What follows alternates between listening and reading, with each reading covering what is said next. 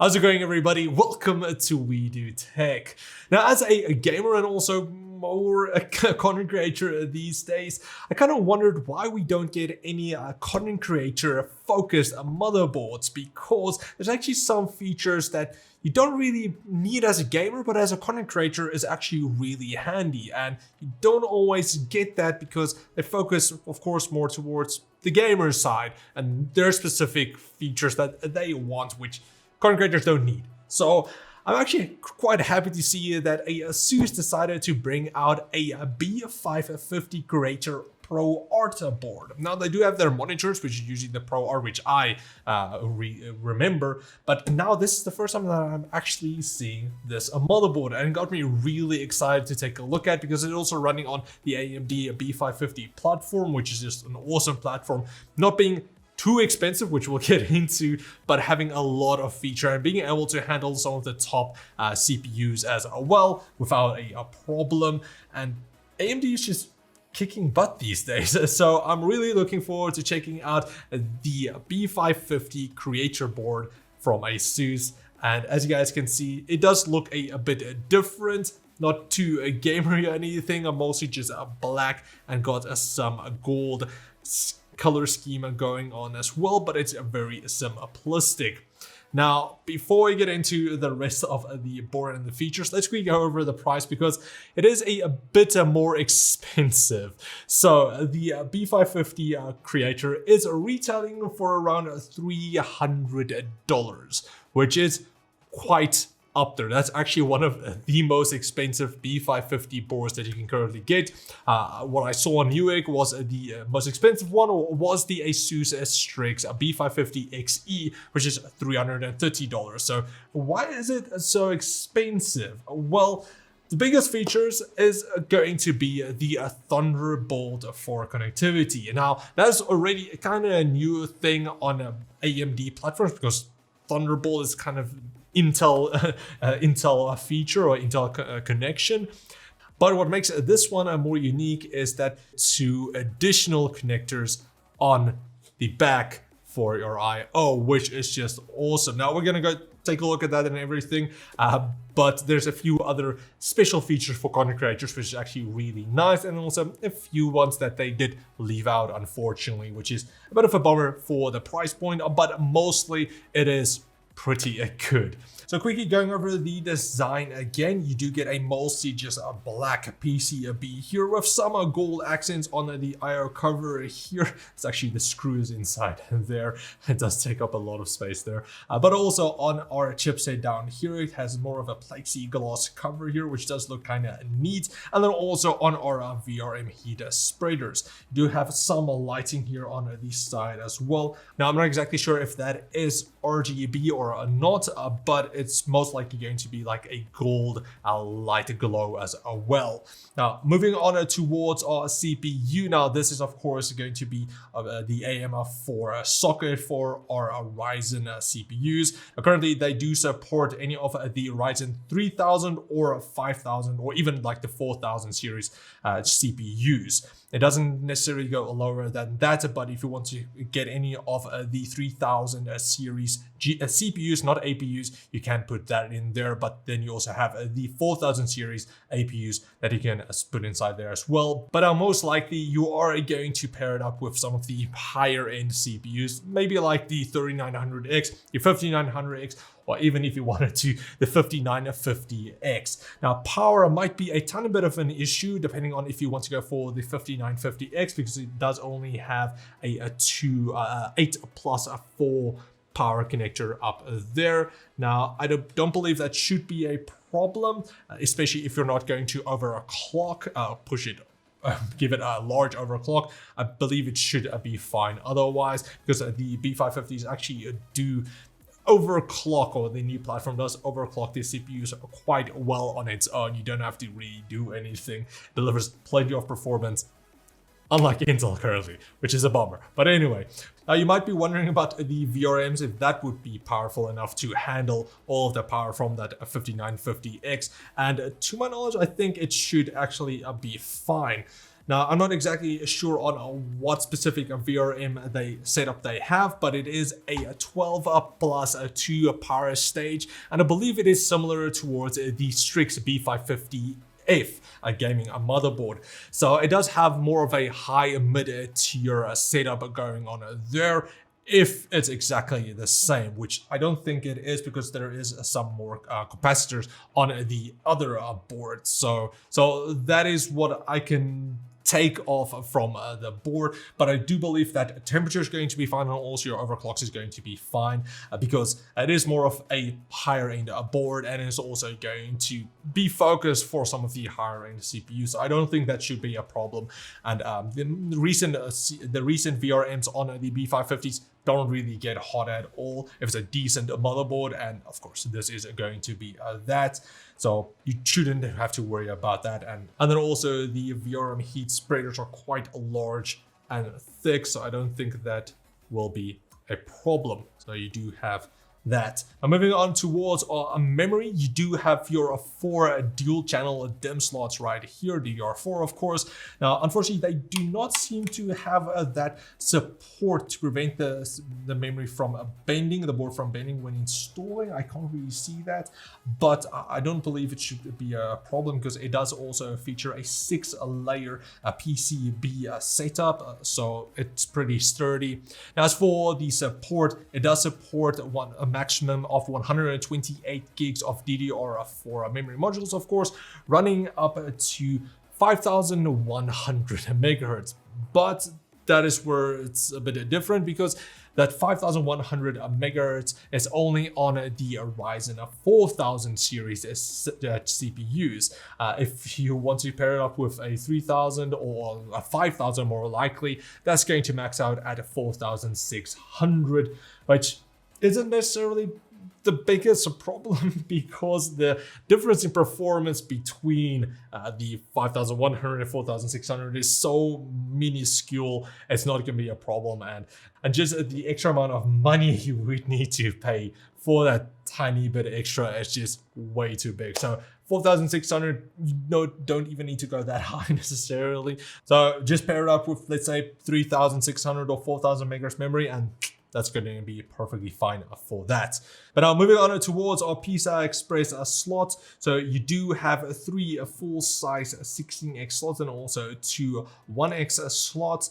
The top 2 PCI Express full slots do feature ASUS's safe slot technology, so it's just going to prevent the board from bending if you do put a very big card. Some of those are really big RTX 3090s, let's say, that's going to prevent the board from bending. But now what's nice is both of these are also PCI Express 4, so you're going to get that extra bandwidth. Now, that's not necessarily going to be needed for any of the GPUs. The performance increase is next to nothing really, so that's going to be where you see an increase. But possibly if you wanted to pair it up with some PCI Express 4 SSDs, you do see some of those which goes up to like 15 gigabytes a second, but of course that's not really needed. But it's also just nice if you wanted to crossfire as well, it's going to support that. Now then, as for the bottom full-size slot, this one unfortunately is only PCI Express 3 and it runs at 4x speed. So if you want to add an additional card there, you can, but nothing too crazy going on there.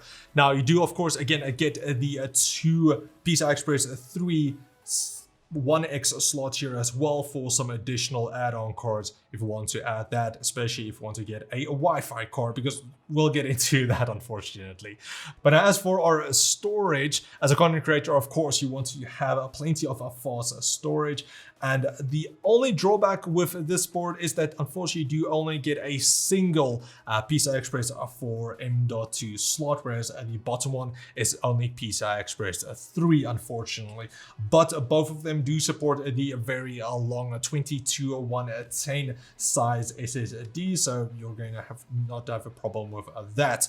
Another feature that I quite like, that I also kind of seen only on some of the ASUS boards, and I haven't seen it on some of the other boards, is that you actually do get these M.2 locks. So you don't have to worry about getting the the screw in. That's also always a problem, especially if your board is already actually inside a case. Trying to install a M.2 like that is always a problem, especially if your screwdriver doesn't have a magnetic tip. So with these ones, they actually just lock in a place and your SSD is going nowhere. So no screws needed or anything like that. It makes life so super simple. And again, it's on both of these. And I honestly do want to see that a lot more on some of the other boards as well from some of the other manufacturers, because this is just, it makes your life so much simpler. So great job for that, ASUS. Now, while I'm putting this one back, of course, it does also come with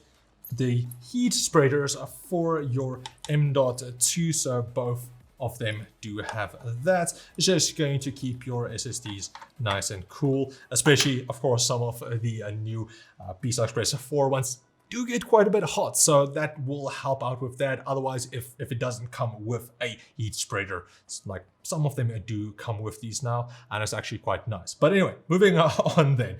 So you do also get, of course, your normal SATA 4 ports right there, which, yeah, boring. Nobody really cares about that anymore. Now then, just a couple of mentions that we need to go over for the storage and also for the PCI Express slots is that the bottom PCI Express slot does share bandwidth with the Thunderbolt ports. So if that one is occupied, you're not going to be able to use your Thunderbolt ports. So just make sure on that. This one is going to be entirely disabled if you do use your Thunderbolt 4 ports. Now then, as for the other mention, that is that if you do use the bottom 1X slot, the PCI Express slot down here, that one does share a bandwidth with the M.2 slot here. Now, this is, of course, a 1X slot, and this is a NVMe 4X, so they do kind of clash a bit with a bandwidth. Now you can go inside the BIOS and set it to a 2X instead of a 4X, and that will possibly give you bandwidth for both of the slots, for the M.2 and also for the 1X slot. But again, I haven't tested that and it isn't too clear on what actually happens.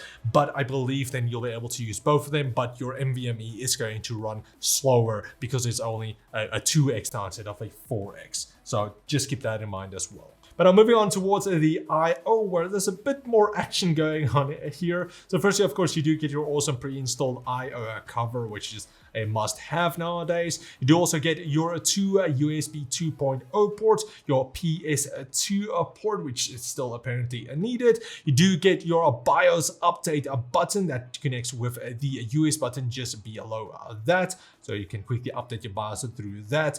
You do then also get four USB 3.2 Gen 2 Type A ports up there, and then also you do get two Thunderbolt 4 Type C ports, which we're going to go over because those are one of the main features. You do also get a very nice dual 2.5 gigabits per second Ethernet ports, which is also great if you're a content creator and you do work off a NAS or a server or so on. That's going to be very handy, giving you a lot more bandwidth. Now, you could have possibly gone for a 10 gigabit and maybe a single 1 gigabit, so I'm not exactly sure because we have seen that as well on some of the higher end boards, but you do get dual 2.5 gigs on this board. Now moving on, you do get your HDMI, which I believe is a HDMI version 2. I'm not too sure on that one. And then also your DisplayPort, which I believe also is HDMI, this DisplayPort version 1.2, possibly 1.4. I'm not exactly sure on that. Next up, you do get your standard SPDIF out and then also your 5 audio jacks. Now, remember when I said that you might want to get a Wi-Fi card for the 1X slots? That is because unfortunately the board doesn't come out with any Wi-Fi or a Bluetooth connectivity, and that is kind of a bummer. And I get that this is more of a content creator board where you're going to most likely use everything wired because of your two dual 2.4 gigabit Ethernet ports and also your Thunderbolt ports, but I would still have liked to have the Wi-Fi option, especially Bluetooth. I know a lot of content creators just use Bluetooth mice. I mean, just look at Apple's Magic Mouse thing. that nobody really needs to use. But anyway, so that would have been nice. So that is going to be, unfortunately, something that you need to get extra, which is a bit of a bummer, but it's not the biggest letdown, really. It's meh. Now then, moving on towards our Thunderbolt 4 connectors. For these ones here at the back, I do like that they do come with on a board, or for your back I/O, that you actually do get your ports here, because again, some of the other boards do come out with on a board where you do need to go buy an extra card to actually be able to use that, whereas with this one you don't. It's already right there, don't need to struggle with anything or buy anything extra. Now, the nice thing about Thunderbolt 4, especially for us content creators who just needs a lot of speed, it does go up to 40 gigabits per second, which is just crazy, honestly. Now, that's already more than Thunderbolt 3 that was also capped at up to 40 gigabytes a second, 40 gigabytes a second.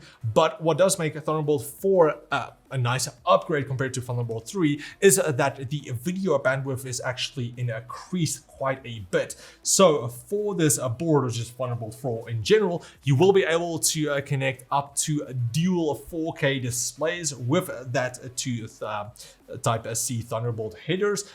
Port, and then also you can possibly pair it up with a single 8K display.